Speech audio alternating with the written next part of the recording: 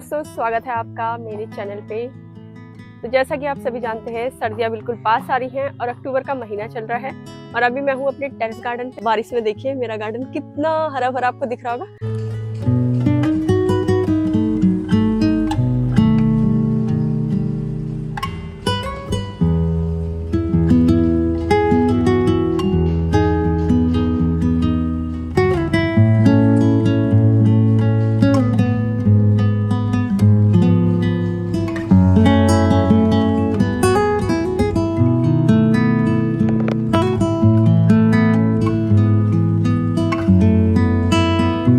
सारे मेरे मुर्गा के प्लांट लगे हैं जिनमें बहुत सुंदर से फूल खिले हैं और आज मैं आपको बताने वाली हूँ कुछ ऐसे पौधे जिन्हें अक्टूबर के टाइम पे हम अगर तैयार कर देंगे तो आने वाली सर्दी में वो हमें बहुत अच्छे फूल देंगे। तो उन्हीं पौधे के बारे में आज मैं बात करूंगी। तो आइए। तो दोस्तों, सर्दियों का हमारा सबसे पहला प्लांट जिसकी मैं आपको बता रही हूँ अभी केयर के बारे में और जिसकी आपको भी केयर करनी चाहिए, क्योंकि सर्दियों के टाइम पे ना आप में से भी बहुत सारे लोगों के मुझे सवाल आते हैं, आपके गार्डन में ये पौधा इतना अच्छा खिला है, हमारे वहाँ पे इतना अच्छा नहीं खिल पाता है। तो इसी का मैं राज बता रही हूँ, आखिर क्यों मेरे गार्डन में सर्दी का मेरा फेवरेट फूल मुर्गा इतना अच्छा फूल देता है। जैसे कि आप देख सकते हो, ये सारे मुर्गा के ही प्लांट हैं और ये मैंने खुद से नहीं उगाए हैं, इनके बीज इस मिट्टी में थे और ये अपने आप ही उग जाते हैं। जून जुलाई से उगना शुरू कर देते हैं और ये उगना चालू हो जाते हैं। फिर आप में से बहुत सारे लोगों का सवाल आता है, आपका जो मुर्गा का प्लांट है वो छोटे में ही कैसे फूल देता है। अगर आप चाहते हो इस पौधे से छोटे में फूल लेना तो आप इनके बीजों को ना इस तरह एक साथ उगाइए।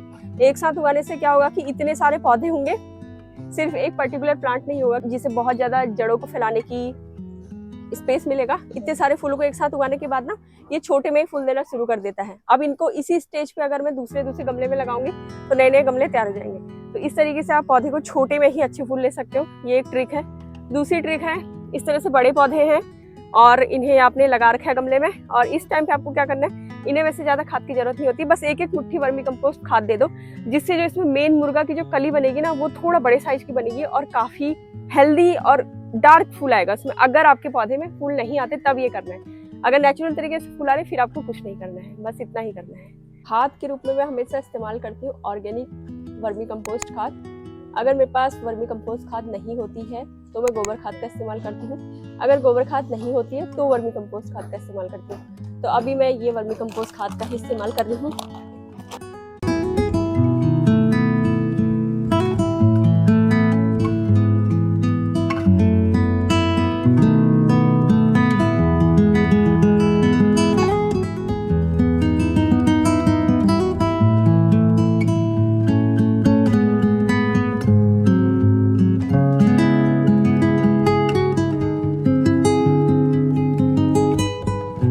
पौधे को रोग मुक्त करने के लिए थोड़ा मैं इसमें मिक्स कर रही हूँ नीम खली। नीम खली हमारी मिट्टी को रोगों से बचाता है और मिट्टी को स्वस्थ बनाता है। तो ये नीम खली है। बस इस खाद को अच्छे से मिक्स करने के बाद अब आइए इन पौधों को देते हैं हम खाद, ताकि आने वाले समय में हमारे पौधे स्वस्थ रहें और खूब अच्छे फूल दें। सबसे पहला प्लांट मैं आपको बता रही हूँ जिसे आपको सर्दी में खाद देना है, जिसे सर्दी के लिए हमें तैयार करना है, वो है हमारी प्यारी गुलदाउदी, जिसे सर्दियों की रानी, फूलों की रानी भी कहा जाता है। फूलों का राजा तो गुलाब है, सर्दियों की रानी हमारी है गुलदाउदी। ज्यादा बरसात होने की वजह से गुलदाउदी की थोड़ी पत्तियां इस तरह से सड़ गई हैं, तो इन सारी पत्तियों को पहले हटाएंगे, वरना बाकी की पत्तियां भी खराब होने का खतरा बढ़ जाता है। तो सारी पत्तियों को थोड़ा हाथ से हटा देंगे। वैसे तो दोस्तों गुलदाउदी में ऑलरेडी जो इसकी पत्तियां हैं इसमें पाइथ्रोम होता है जो इन्हें सुरक्षा कवच की तरह इसमें काम करता है, लेकिन कई बार होता है अत्यधिक वर्षा होने के कारण हमारे पौधे खराब हो जाते हैं और दिल्ली में लगभग एक हफ्ते से लगातार बारिश हो रही है, इसीलिए ही थोड़ा सा ये गुलदाउदी के हाल ऐसे दिख रहे होंगे। और दोस्तों गुलदाउदी पे ना अच्छे फूलों के लिए हमें जून से ही इस पे काम करना पड़ता है। अभी तक तो इसकी दूसरी तीसरी बार पिंचिंग हो जानी चाहिए थी, वैसे मैंने 2 बार इसकी पिंचिंग कर दी है ताकि सर्दी में अच्छे फूल ले सकूं। आप मेरी पुरानी वीडियो देखेंगे तो आपको पता चल जाएगा गुलदाउदी मेरे गार्डन में कितने अच्छे भर भर के फूल देती है ऑर्गेनिक तरीके से। तो ये देखिए दोस्तों, लगभग हमारा पौधा अब स्वस्थ हो चुका है। तो इस तरह से मैंने इसकी सारी पत्तियां हटा दी हैं और इसके बीच में इस तरह से डंडा लगा दिया है ताकि जैसे जैसे पौधे में फूल आए और ये इसका इस तरह से इसको सहारे से इसमें बांध दे, क्योंकि जब बहुत ज्यादा फूल जाते हैं ना पौधा लटकने लगता है और पौधा टूटने के बहुत ज्यादा चांस रहते हैं। और आप सभी को तो पता है प्लांट लवर का, अगर एक भी पत्ता या फूल टूट जाए तो कितना ज्यादा दुख होता है, क्योंकि इतनी मेहनत से हम उसे पालते पोसते हैं। तो अभी मेरे को धागा नहीं मिल रहा है, इसे इस तरह बांध दूंगी और उसके बाद इसमें मैं यहाँ पे डाल रही हूँ दोस्तों ये वर्मी कंपोस्ट खाद और साथ में बोन मिल। ये बहुत अच्छा होता है प्लांट की ग्रोथ के लिए ओवरऑल, और फूलों के लिए भी बहुत अच्छी मानी जाती है वर्मी कंपोस्ट और बोन मिल खाद। तो इस तरह से आपका गुलदाउदी का पौधा भी तैयार हो जाएगा। सारी गुलदाउदी में यही काम करना है। और अगर अभी गुलदाउदी के पौधे को एक बार भी आपने पिंचिंग नहीं करी है तो इस तरह से टिप्स की पिंचिंग कर दीजिए। इस तरह से बस इतनी पिंचिंग करने के बाद ये जो प्लांट निकल रहा है इसे भी आप कटिंग से लगा सकते हो, ताकि इससे भी एक और नया प्लांट तैयार हो जाए। और अभी से लेके लगभग मार्च अप्रैल तक गुलदाउदी फूल देती है, लेकिन तैयारी अभी से करनी पड़ेगी, तभी आगे जाके अच्छा परिणाम मिलेगा। तो दोस्तों अगला खूबसूरत सर्दियों का पौधा जिसे हमें अभी तैयार करना ही करना है, ये है गुलाब। अगर अभी से तैयारी करोगे सर्दी आने पे ये भर भर के गुच्छों में फूल तभी देगा जब इसे अभी खाद दी जाएगी। अगर आप इसे सर्दी आने पे नवंबर दिसंबर में खाद दोगे तो फिर इसको वो खाद को पूरी तरीके से पचाने में ही टाइम लग जाएगा और पौधा फिर आपके फूल देने तक गर्मी आ जाएंगी। इसीलिए अभी ही खाद दे दीजिए अक्टूबर के समय में। सबसे पहले किसी कैंची की सहायता से या कटर की सहायता से जो आपकी ऊपर की टिप्स हैं गुलाब के पौधे की, इनको काट दीजिए। कई बार आप मुझे पूछते हो कब हम गुलाब के पौधे की प्रूनिंग करें, तो अभी बिल्कुल सही टाइम है। देखिए इस तरह से ऊपर की टिप्स को काट दीजिए और फूल आना शुरू हो गया है। अभी फूलों का साइज थोड़ा छोटा है, जैसे जैसे रातें और ठंडी होगी फूलों का साइज बड़ा होगा और खाद देने के बाद तो और भी ज्यादा फूल आएंगे, फूलों का कलर भी डार्क होगा। तो इस तरह से सबसे पहले ऊपर की टिप्स को मैं काट रही हूँ। ये देसी गुलाब है दोस्तों, मेरे पास इंग्लिश वैरायटी के गुलाब थोड़ा कम है, बाकी मेरे पास बटन गुलाब है और क्रीपर वैरायटी का गुलाब है। उसमें भी सेम मैं यही काम करती हूँ और मैं सिर्फ ऑर्गेनिक खाद का इस्तेमाल करती हूँ और कोई केमिकल खाद मैं नहीं डालती हूँ। इसीलिए इसी तरह से मैं फूल लेती हूँ और आपको भी यही बता रही हूँ। तो इस तरह से मैंने गुलाब की छटाई कर दी है। और इसमें अगर आपके पौधे में गमले में कुछ और भी पौधे उगाए हैं, जैसे कि इसमें इटालियन बेसिल का प्लांट लगा है, तो इसे मैं हटा रही हूँ ताकि सारा पौधा, सारी हमारी जो खाद है हमारे पौधे को मिले। कोई और पौधा या कोई भी खरपतवार इसमें नहीं होना चाहिए। और चाहो तो आप पत्तियां भी हटा सकते हो। इसी तरह से आपको करनी है। कटाई छटाई जरूर करिएगा, बहुत अच्छा सीजन है। ये देखिए। और कटाई करने के बाद दोस्तों अगर आपके पास साफ फंगिसाइड पाउडर है तो आप टिप्स के ऊपर लगा सकते हो। अगर नहीं है आपके पास तो हल्दी का इस्तेमाल करिए, एंटीबैक्टीरियल होता है। गुलाब का पौधा बहुत जल्दी डाईबैक से या फंगस से खराब हो जाता है, जो मिट्टी के थ्रू ही आता है। अगर आपकी मिट्टी बहुत ज्यादा बेकार है या अच्छी खाद नहीं दी है तभी ऐसा होता है, वरना इसी तरह से कटाई छटाई मैंने कर दी है।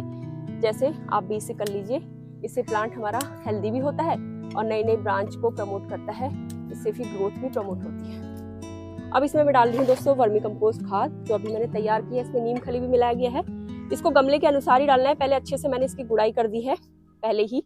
इसकी गुड़ाई करने के बाद इसमें ऊपर की मिट्टी हटा देंगे, ताकि जो हम नई मिट्टी या नया गोबर खाद या खाद भर रहे हैं वर्मी कंपोस्ट, वो हमारे पौधे को पोषण दे। क्योंकि जैसे जैसे हमारी पौधे की मिट्टी पुरानी होती जाती है और पौधा मैच्योर होता जाता है, ये खाद जिसमें ऑलरेडी मिट्टी में एनपीके है वो लेता जाता है। तो इसीलिए नया हम इसमें सिंथेटिक फर्टिलाइजर वर्मी कंपोस्ट डाल रही हूँ। और बोन मिल हमारे गुलाब के पौधे को बहुत ज्यादा पसंद है। ऑर्गेनिक खाद में आती है ये, जैसे कि आप सभी को पता है। अगर आप बोन मिल का इस्तेमाल नहीं कर रहे हो, वैसे तो मैं भी वेजिटेरियन हूँ, लेकिन पौधों के लिए नॉन वेजिटेरियन मुझे बनना पड़ता है, क्योंकि पौधों को ना बोन मिल बहुत पसंद है। मरे हुए जानवरों की हड्डियों से बनती है ये। तो इस तरह से इसे थोड़ा थोड़ा हम गमले के किनारे किनारे डालना है, बस आपको ज्यादा नहीं डालना है। गमले के अनुसार 1-2 चम्मच डाल दीजिए। ये जड़ों को भी मजबूत करेगा और साथ ही आपके पौधे को हेल्दी बनाएगा। और जब पौधे में फूल खिलेंगे, पौधे के फूलों का साइज बड़ा होगा और साथ ही फूलों का जो कलर है काफी डार्क रहेगा। तो इस तरह से हमारा गुलाब का पौधा भी तैयार हो गया। ऐसे ही आपको सारे ही गुलाब के पौधों को तैयार करना है, सिर्फ एक नहीं, सारे पौधे। अगला पौधा जिसे अभी खाद देना बहुत ज्यादा जरूरी है दोस्तों, ये है सर्दियों का प्लांट क्लेंचो। क्लेंचो में इंग्लिश वैरायटी भी आती है, देसी भी आती है। मेरे पास देसी वाली वैरायटी इसकी ज्यादा है। इसमें लाल कलर के फूल आते हैं और बहुत ज्यादा सुंदर लगते हैं, कई दिनों तक खिले रहते हैं। सर्दियों का पौधा है, काफी मतलब ये हार्डी प्लांट बोल सकते हैं। लेकिन अगर आपका पौधा आज तक फूल नहीं दे रहा है, इसका मतलब मिट्टी में पोषक तत्वों की कमी हो गई है। तो उसको फूलों के लिए तैयार करने के लिए आपको इस तरह से वर्मी कंपोस्ट खाद इसमें डाल देना है। और इस पौधे को ना थोड़ा सा अगर चौड़े गमले में लगाओगे तो ये ज्यादा अच्छे फूल देता है। इसकी जड़ें बहुत गहराई तक नहीं जाती है, कम गहराई में ही जड़ें जाती है। तो मैं भी इसे चौड़ा गमला दूंगी 1-2 दिन बाद। फिलहाल मैं अभी आपको यही बता रही हूँ। तो गमले के अनुसार ही बोन मिल इसमें डाल दीजिए। अगर आपके पास बोन मिल वाली खाद नहीं है तो आप रॉक फॉस्फेट का इस्तेमाल कर सकते हो, वो भी एक ऑर्गेनिक खाद है, चट्टानों से बनती है। तो इस तरह से दोस्तों हमारा क्लेंचो का पौधा भी बिल्कुल हो चुका है तैयार सर्दियों के लिए। जितने भी आपके पास इस तरह के क्लेंचो के पौधे हैं, इन सबको इसी तरह से आपको खाद देना ही देना है।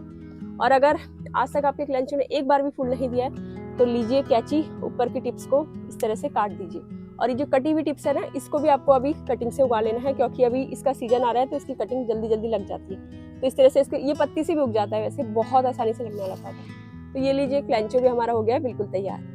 दोस्तों अगला खूबसूरत प्लांट है हमारा कोलियस, जो सर्दियों में बिना फूलों के भी अपनी खूबसूरत पत्तियों से हमारे गार्डन को सुंदर बना देता है। लेकिन कोलियस के लिए ना कई बार लोगों को शिकायत होती है, अच्छे से ग्रोथ नहीं कर रहा है और इसकी जो पत्तियों में कलर है वो फेड हो रहा है। वो इसीलिए होता है क्योंकि गर्मी के समय हम पौधे को बहुत तेज धूप में रख देते हैं या हम बिल्कुल शेड वाली जगह में रख देते हैं। लेकिन सर्दी के समय इस पौधे को फुल सनलाइट में रखना है, ताकि इसमें जो कलर है ना ये मेंटेन रहेगा धूप की वजह से। तो इसमें भी अभी हम वर्मी कंपोस्ट खाद देंगे। इसे बोन मील की जरूरत नहीं होती है, सिर्फ गोबर खाद या वर्मी कंपोस्ट खाद ही इसमें मिक्स करना है। और इसे तो मैंने अभी कुछ दिन पहले ही कटिंग से लगाया, इसे अभी आप कटिंग से भी लगा सकते हो, बहुत जल्दी लग जाता है, काफी जल्दी फैलता है। इसकी ग्रोथ का समय ही सर्दियों का है। तो ये देखिए, कोलियस को भी इस तरह से मैंने दे दी वर्मी कंपोस्ट खाद। थोड़ी ग्रोथ होगी, ऊपर की टिप्स को पिंच करूंगी ताकि ये और घना हो जाए। अगला हमारा ये एक पेरिनियल प्लांट है, मिली, यूफोर्बिया मिली के नाम से जाना जाता है, लेकिन अक्सर सर्दियों में ये बहुत अच्छे फूल देता है। तो इस पौधे को भी ना बहुत सारे लोगों की शिकायत होती है, आज तक इसने फूल नहीं दिए हैं। इसीलिए नहीं दिए क्योंकि एक बार तो एटलीस्ट इसे खाद चाहिए ही होती है, चाहे कोई भी प्लांट हो।